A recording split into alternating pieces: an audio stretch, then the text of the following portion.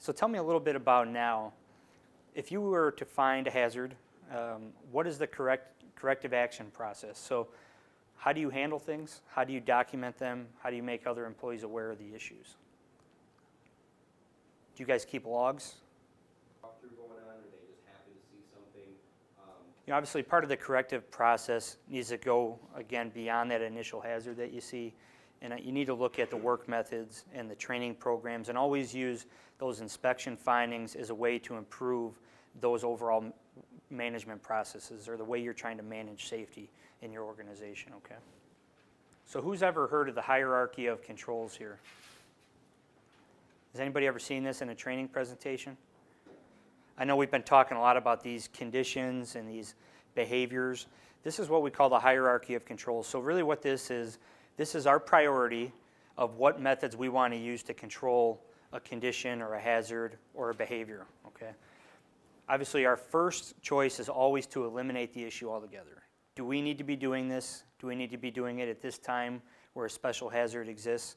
If you ask that question to yourself and the answer is no, and you could do it at a time where there's not a special hazard or you don't even need to be doing that part of a task, then it's always best to eliminate it, because once you eliminate it, then it's no longer an issue, okay? Number two is an engineering control. What I mean by this is some type of engineering, whether it be a barrier is a good example, or if there's a part of a piece of your equipment that gets very hot, you can actually put a small guard around it. Those are things that we call engineering controls, okay? The third one is huge, administrative controls. So this includes your training, your work methods, and your specific procedures or the way you want things done.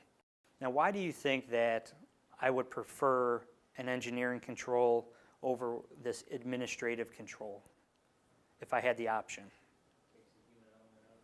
Absolutely, absolutely right. Any way we can take the human element out of it, the better, okay? So you hit that nail right on the head. The fourth option, personal protective equipment. We talked about this already, but why PPE after administrative control or work method? Your PPE, if you're wearing PPE, it means the hazard's still there 100%, right? I mean, if there's a different way to do something or do it in an alternate area, you could eliminate the hazard. But PPE means, we've gone through all the motions, and really this is the best way to protect you now, is, the hazard's still there, we're just preventing a hazardous contact. And then fifth is warnings. So this would be, I think we use the example, you had an area where people needed to turn off faucets, right, because it could lead to a hazard. There's not a way we can put a different faucet on. We can do training, but what we could also do is add that warning on top of it. The thing that you need to keep in mind about warnings is, people's level of reading abilities, right? So if we just write a sign and don't use a visual with it, maybe some people won't get the message, right? There's actually different taglines, on the top that are supposed to go on those that are different depending on what the hazard is or the point you want to get across. So if something says notice, that's very different than what something should say danger or warning on it, okay? So it should be, you have to think through some of those things. They all have specific colors for a reason, and then you always want to make sure there's text, wording, and languages that people can read for your workforce. That can be very different based on site. But you also want to be very clear with a picture of what the hazard is.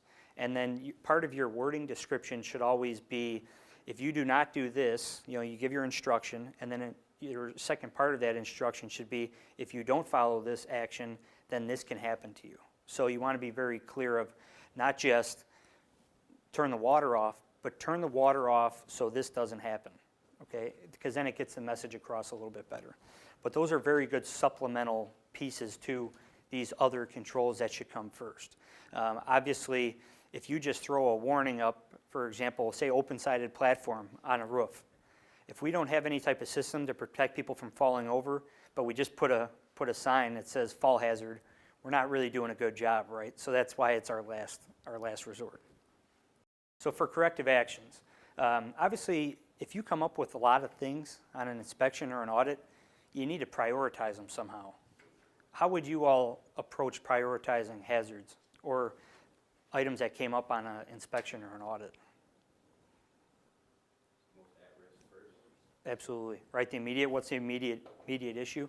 in many cases, you can evolve as you become very good at these to even drop things in what I'll just call a little matrix, so a little table. So you may have like likelihood, maybe low, medium, high, that the event could happen from it, and then like degree of the hazard, minimal, severe, fatal, or something. You could use different methods to prioritize, but sometimes if you look at some type of table, it's a little bit easier to punch things in and then establish what your priorities are going to be.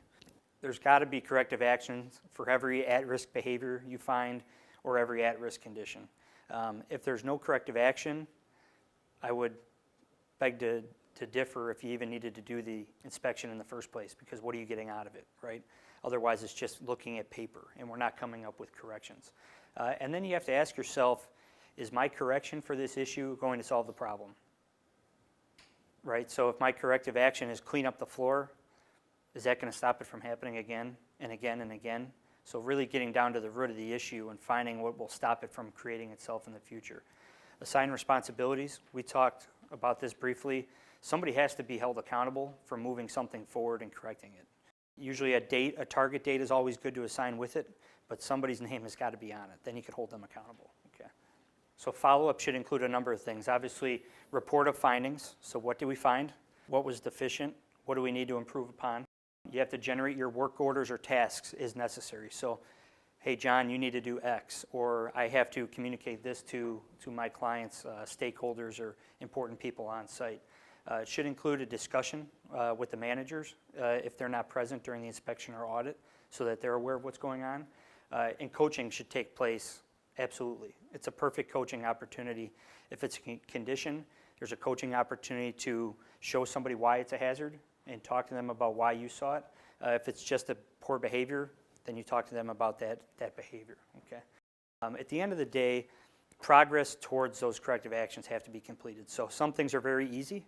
Some things are not very easy, but there should always be a little carrot dangling in front. What do we need to do next? Who do we talk to next? What's our next target date for X to be completed? In some cases, if it's a new piece of equipment, you may have to get quotes, right? You may have to look at alternatives, and then somebody has to make a purchasing decision, right? So some of those things could lag on quite a bit.